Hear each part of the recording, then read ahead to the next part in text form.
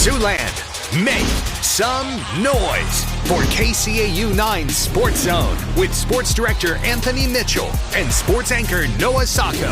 Your inside look at all the local sports action begins now. We are the Cherokee Braves cheerleaders, and you're watching Sports Zone. And the highlights start now. Good evening, everyone. Thanks for tuning in and welcome to the KCAU-9 Sports Zone. I'm Anthony Mitchell alongside with the guy you all probably know, Rock'em Sock'em, Noah Sacco. No place I'd rather be, A-Train. We have a ton in store for you tonight. Top matchups, huge plays, and of course, our top stop and player of the week. But first, we're going to start things out with our Sports Zone Game of the Week. A pair of unbeaten top 10 teams in Class 2A face off as Cherokee hosts Western Christian in the first ever Dr. Robert J. Martin Memorial Game, a night honoring the legacy of the longtime Braves team doctor. This one a battle of running attacks. Cherokee featuring Class 2A's leading rusher and quarterback Jackson Paulsrud. Wolfpack defense outscoring opponents 101-6 thus far. Pack on the attack first quarter after an INT. Caden Van Regenmotor tumbling in for the 1-yard touchdown. Western Christian strikes first 7-0. Same score. Second quarter now. Van Regenmotor pitching it to Tyler Mantle. He's letting it fly. Connects with Carson Moret for the 41-yard touchdown strike. Just like they drew it up. Wolfpack digging to the back of tricks 13-0. Braves looking to respond the ensuing drive. Paulsrud over the middle. Picked off by Miles Bacom. Senior showing off his ball hawk skills to chain possessions. Cherokee, though, gets a stop to get the ball back, and they make it hurt. Paulsrud and Lance Pingle in the numbers. He is in. Cherokee on the board, 13-7. The Wolfpack kept their foot on the gas all night. Just before half, Van Regenmotor looks to Caden DeJager. TD, count it, 20-7. WC leads at the break. Wolfpack moved to 4-0 for the first time since 2019. 28-21 the final. What a way to start the night, Noah. Nothing like a ranked showdown between a pair of teams with aspirations to make a trip to the Unidome. Absolutely, but now it's time to get to the rest of tonight's action. Staying in 2A for a Dutch Country duel between West Lyon and Unity Christian. Knights aiming for the upset over number 2 West Lyon. Would be the program's first ever win against the Wildcats. We'll see if they get it done. Halfway through the first quarter, Bryson Childress finds Rich Kramer with this dart for the game's first score of the night. Wildcats would opt for the 2-point conversion, and Jackson Hoyser runs it in for the 8-0 score.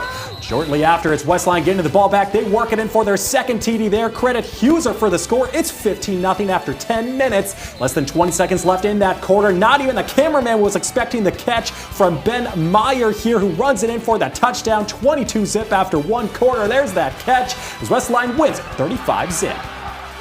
Now in the Metro, Sioux City is taking on Sioux City North. It's Deaf Awareness Night at Elwood Olson Stadium. Stars in for the first one against the Black Raiders since 2008. First drive of the game. North handed it off to DeMarco Young. He hits Pater, and he hits a little bit of his signature dance after he scores. Stars striking first. North getting the ball back on a surprise onside kick, and they get right in the scoring range. Give Young the ball and watch him work. 2 touchdowns, 2 drives. North going up 13-zip after a missed PAT. East High looking to put some points on the board here. Black Raiders forced to punt on 4th down. Must by Dayton Harrell. East comes up with the ball. That one looking a little slippery there. What a play there by the special teams. Black Raiders, though, not able to capitalize. A big comeback for them. They win it 26-23, the final in overtime. Up next, Lawton Bronson taking on West Sioux, courtesy of our teammates over at Metro Sports TV. Eagles up 7-zip late first quarter, and they get more. Braden Heiss finds his receiver, Ivan Smith. He's beating the defense. Easy catch as he gallops into the end zone. 13-0 LB. Same score, same end of the field in the second quarter. Falcons getting on the board on the 3rd and 26. New guy Blake Wiggins finds Cody Eisma open in the secondary. Nobody's catching him. He sneaks across just barely. It's 13-7 LB. Eagles expand that lead before halftime. This time a 56-yard scoring play. Heiss finds long and lanky Caleb Garnett in stride. Soft hands hauls it in for 6. Big Man made it 19-7 at the break. Both teams lighting up the scoreboard in the second half. But it's West Sioux coming out on top, 30-29. In Hinton, Blackhawks meeting Ridgeview for the first time since 2015. Raptors receiving votes in the newest Class 1A poll. Raptors up 8-zip late in the third. Hinton punting after a safety. How about that? Blackhawks, they kick it away to Ridgeview, and another theme here, slippery ball. Brogan Lake jumps on it, and just like that, Hinton, you've got the ball back. Home team with some momentum. We talked about this man in the preview show, Gabe Anderson. Ring, ring, cha-ching, house call. Huge score here from the dual threat quarterback to get the Blackhawks on the board. And Hinton, they'd go for 2. Anderson with the jump pass, looking like Tim Tebow. Almost caught by both teams, though. Ridgeview leading 8-6. RV looking to respond, but it's picked off. Hinton, goes on to win it 12-8 in a comeback.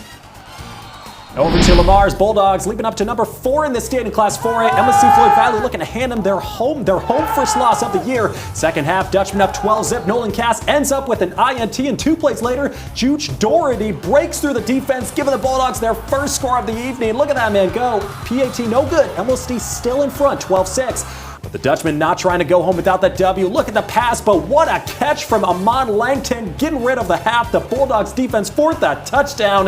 Now it's 18-6 Bulldogs. They go on to fight in the fourth. Doherty gets in the end zone for the touchdown, but their comeback falls short. MLC wins it 18-13. We have to take a quick break, but don't go anywhere yet. Plenty of big matchups on the other side of the break. Plus, who's going to take home those precious Top Stop and Player of the Week awards? We've got some great contenders in our remaining games. Stay in the zone. We're the Whistler Pilgrim cheerleaders. Don't you dare